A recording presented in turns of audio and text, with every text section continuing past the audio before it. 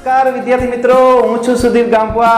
આજે આપણે ધોરણ 11, 12 સાયન્સ તમામ વિદ્યાર્થીઓ માટેનો કોમન પોઈન્ટ લઈને આવ્યા છીએ।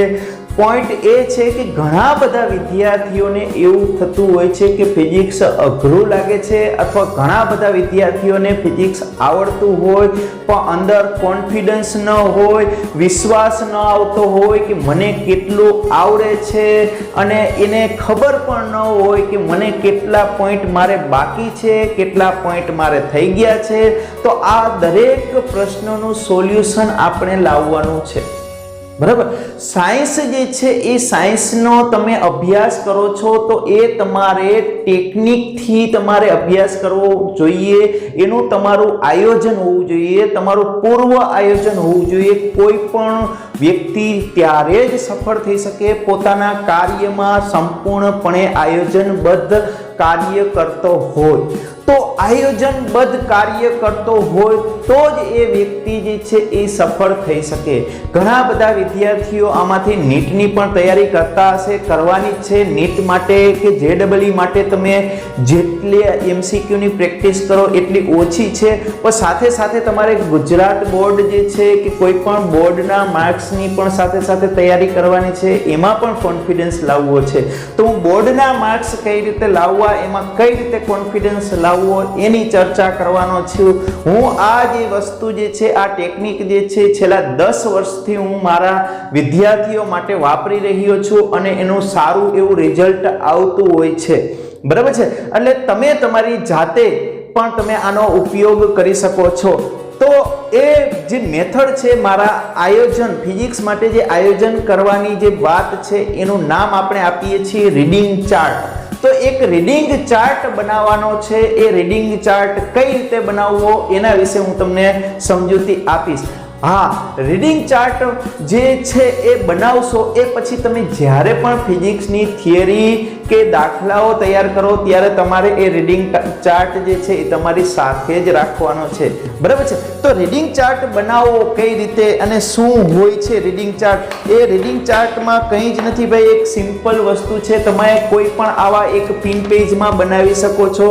તમારી જે ફૂલસ્કેપ હોય છે એમાંથી વ્યવસ્થિત પિન પેજ કાઢી લ્યો અથવા કોઈ પણ કોમ્પ્યુટરાઇઝ પણ ટાઈપ કરીને પણ તમે પ્રિન્ટ કાઢી શકો છો, પરંતુ તમે જાતે લખી અને તમે પિન પેજ આવું લઈ અને બેસી જાઓ, અત્યારે જ બેસી જાઓ અને આજે જ તમે એને આ પ્રકારનો રીડિંગ ચાર્ટ તૈયાર કરી લ્યો। હવે એમાં કઈ કઈ બાબતનો સમાવેશ કરવાનો છે એની વાત કરતા જઈએ તો સૌ પ્રથમ તમે જે ધોરણ રીડિંગ ચાર્ટ, તમારા ચાર્ટ ઉપર નામ આપી દો રીડિંગ ચાર્ટ। પછી તમે જે ધોરણમાં અભ્યાસ કરો છો એ ધોરણનું નામ લખી નાખો। ધોરણ 11 હોય કે 12 હોય, 11, 12 જે ધોરણમાં અભ્યાસ કરો છો એ બંનેને આ પ્રકારનો રીડિંગ ચાર્ટ કામ આવશે। હા, 12મા ધોરણના વિદ્યાર્થીઓને તો ખૂબ જ ઉપયોગી થશે। એક્ઝામના આગલા દિવસ સુધી આ રીડિંગ ચાર્ટ જે છે એ ઉપયોગી છે। બોર્ડની પરીક્ષા દેવા જાઓ એના આગલા દિવસે પણ આ રીડિંગ ચાર્ટ ઉપરથી તમને કોન્ફિડન્સ આવશે। ફિઝિક્સમાં કોન્ફિડન્સ લાવવાનો છે, કોન્ફિડન્સ બહુ મહત્વનો છે।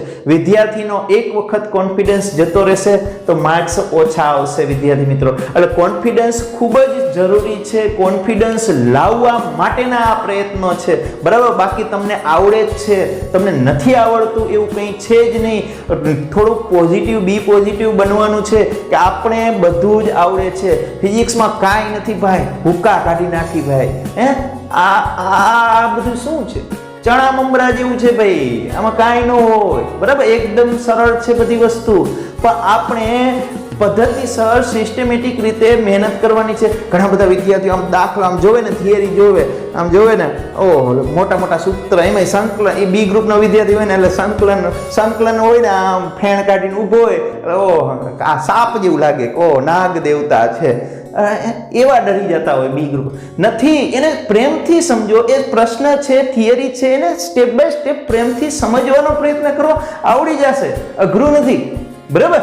એટલે એકદમ સિમ્પલ રીતે સમજવાનો પ્રયત્ન કરો. આજે હું આ રીડિંગ ચાર્ટ બનાવતા શીખડાવીશ, સાથે સાથે આના પછીના વિડીયોમાં તમને મોસ્ટ આઈએમપી અસાઇનમેન્ટ પણ આપવાનો છું 2021 માટે. હું છેલ્લા 10 વર્ષથી આઈએમપી અસાઇનમેન્ટ મૂકું છું અને છેલ્લા 3 વર્ષથી YouTube ચેનલ ઉપર પણ મૂકું છું. તમે જૂના પણ વિડીયો જોઈ લેજો, એમાં આઈએમપી મોસ્ટ આઈએમપી અસાઇનમેન્ટ હશે અને એ આઈએમપી અસાઇનમેન્ટ 2020 નું હોય તો માર્ચ 2020 નું આઈએમપી અસાઇનમેન્ટ મેં અગાઉ મૂકેલું હશે અને એનું બોર્ડનું પેપર જોઈ લેવાનું.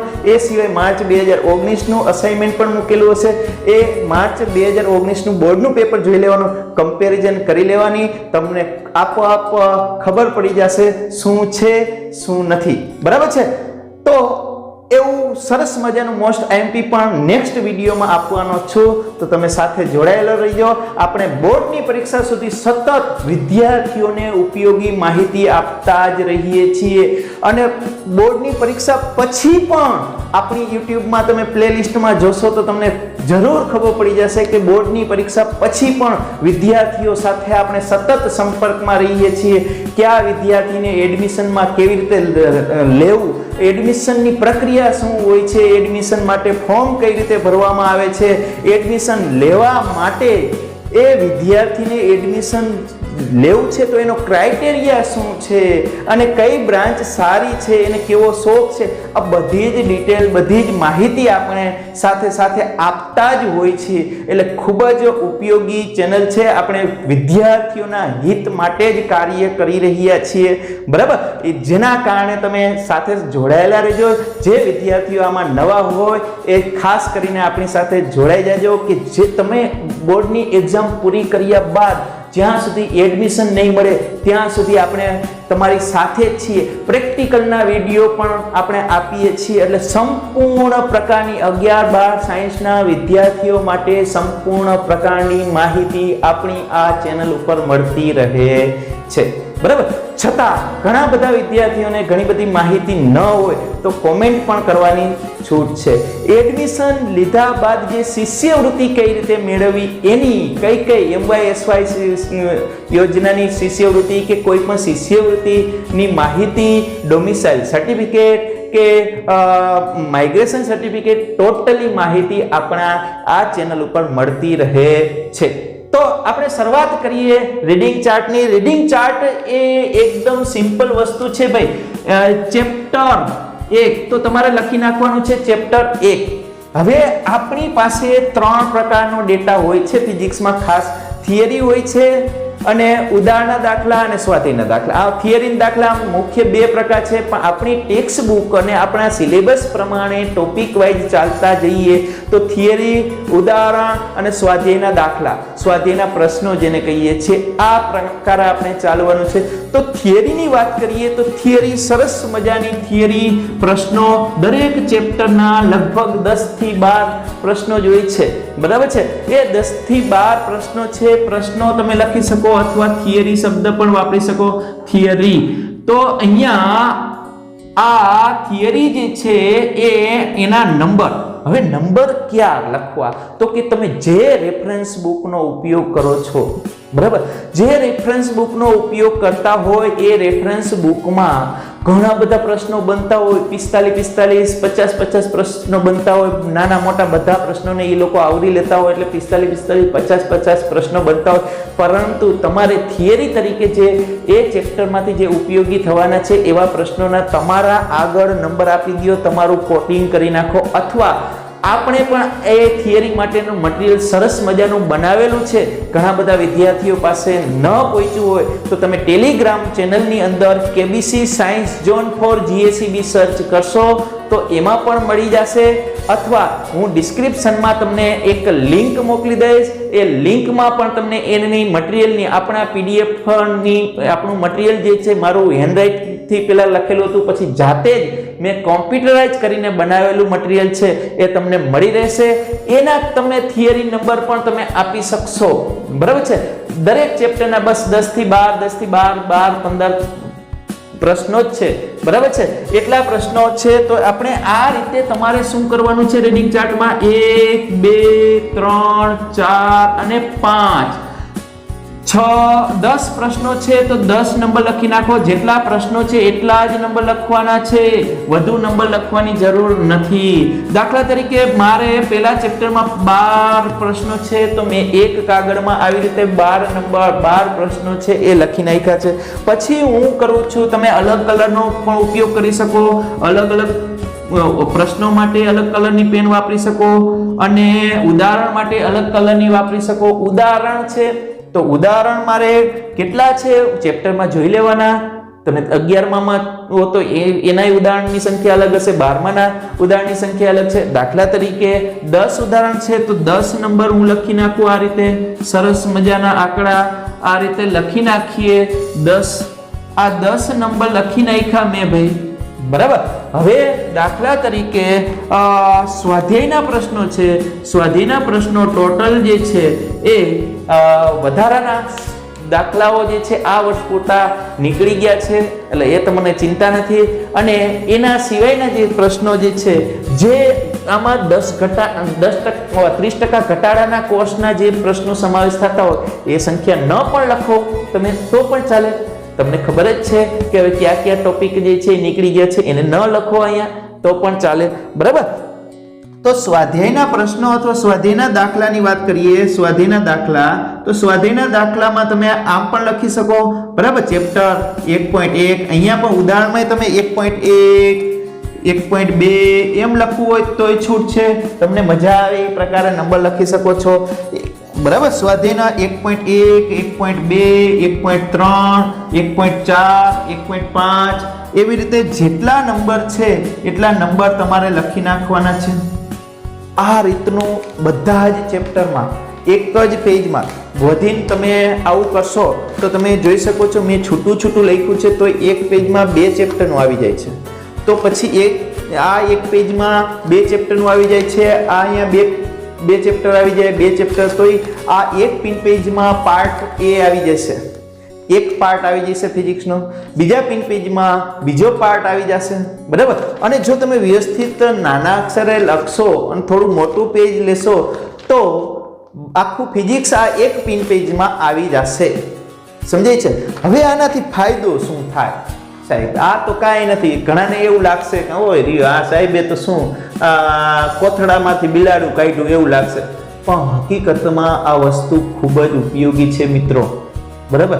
ઘણા વિદ્યાર્થીને એમ થશે કે ઓ આમાં શું હવે સાહેબ, અમને એમ કે કાંઈક નવું કહેવાના હશે અને આમાં તો કાંઈ નથી. પણ આ વસ્તુ જે છે એ બોર્ડની પરીક્ષા સુધી તમારે જાળવી રાખવાની. આ જે ચાર્ટ જે છે એનો ઉપયોગ કઈ રીતે કરવો, તો તમે જે થિયરી કરી છે હવે તમારે એમાં પેન્સિલનો તમે ઉપયોગ કરી શકો છો, અથવા તમે એક આવો જે ચાર્ટ બનાવ્યો છે એ 2 કોપીમાં બનાવો, એક બોર્ડની પરીક્ષા માટે સ્પેશિયલ, બરાબર છે.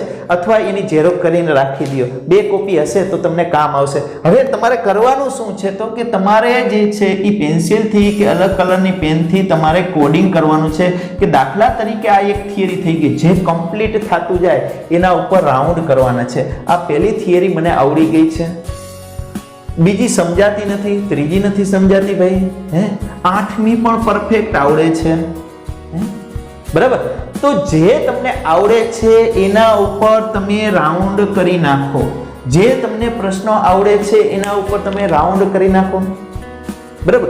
જેમાં ડાઉટ છે, કન્ફ્યુઝન છે એના તમે અલગ પ્રકારની સાઇન કરો. અત્યારે તો આ બહુ ઉપયોગી થશે. જ્યારે અત્યારે લોકડાઉનમાં બધા ઘરે શીખે છે તો કયા પોઈન્ટમાં તમને તકલીફ છે એ પછી એકસાથે યાદ નહીં રહે, તો અત્યારથી નોંધ કરી રાખો. જ્યારે સ્કૂલ ચાલુ થશે ત્યારે તમારે તમારા શિક્ષકોને ડાયરેક્ટ તમે આ ચાર્ટ બતાવી અને કહી શકશો કે સાહેબ મારે આ પ્રશ્નમાં પ્રોબ્લેમ છે, બરાબર. અને તમને પણ તરત યાદ રહેશે કે આ ટોપિકમાં પ્રોબ્લેમ છે. તો જે ટોપિકમાં પ્રોબ્લેમ છે એમાં અલગ પ્રકારની નિશાની કરતા જાઓ. આ ટોપિકમાં પ્રોબ્લેમ છે તો એ અલગ પ્રકારની નિશાની કરતા જાઓ, બરાબર. હવે જે કમ્પ્લીટ થતું જાય છે એમાં રાઉન્ડ કરો સૌ પ્રથમ, જે પરફેક્ટ આવડે છે. આનાથી ફાયદો શું થશે? આ તમે એક પેજ જોશો ને તો પણ તમને ખબર પડી જશે કે આપણે ફિઝિક્સ કેટલું આવડે છે અને ફિઝિક્સમાં કેટલા ટોપિક જે છે એ મારે બાકી છે. આમાં રાઉન્ડ જોશો એટલે જેમ જોશો એમ કોન્ફિડન્સ વધશે તમારો, બરાબર. તો આ માહિતી મેં તમને આપેલી છે. આ માહિતી જો તમને ઉપયોગી થઈ હોય, લાઈટ જતી રહી છે, તો જો આ માહિતી તમને ઉપયોગી થઈ હોય તો તમે જરાક લાઈક કરજો અને જરાક કોમેન્ટ કરજો. બાકી હું બહુ કોઈ એક વિડીયોમાં કહેતો નથી કે લાઈક કરો, શેર કરો, સબસ્ક્રાઇબ કરો. ભાઈ તમને ગમશે તો તમે આપોઆપ અમારી સાથે જોડાવાના છો. વિદ્યાર્થી મિત્રો, તો થેન્ક યુ. હું આશા રાખું છું કે આ થોડાક વિદ્યાર્થીઓને ઉપયોગી થાય તો પણ મારો આ જે વિડીયો બનાવેલો છે એ સફળ થાય. અમારે તો એક વિદ્યાર્થી શિક્ષક જે છે એ એક વિદ્યાર્થીને પણ જો જીવનમાં કામ આવે તો એનું જીવન છે એ ધન્ય થઈ જાય. એવી આદતથી, એવી દાનતથી જે અમે ભણાવતા હોય છે. થેન્ક યુ વિદ્યાર્થી મિત્રો.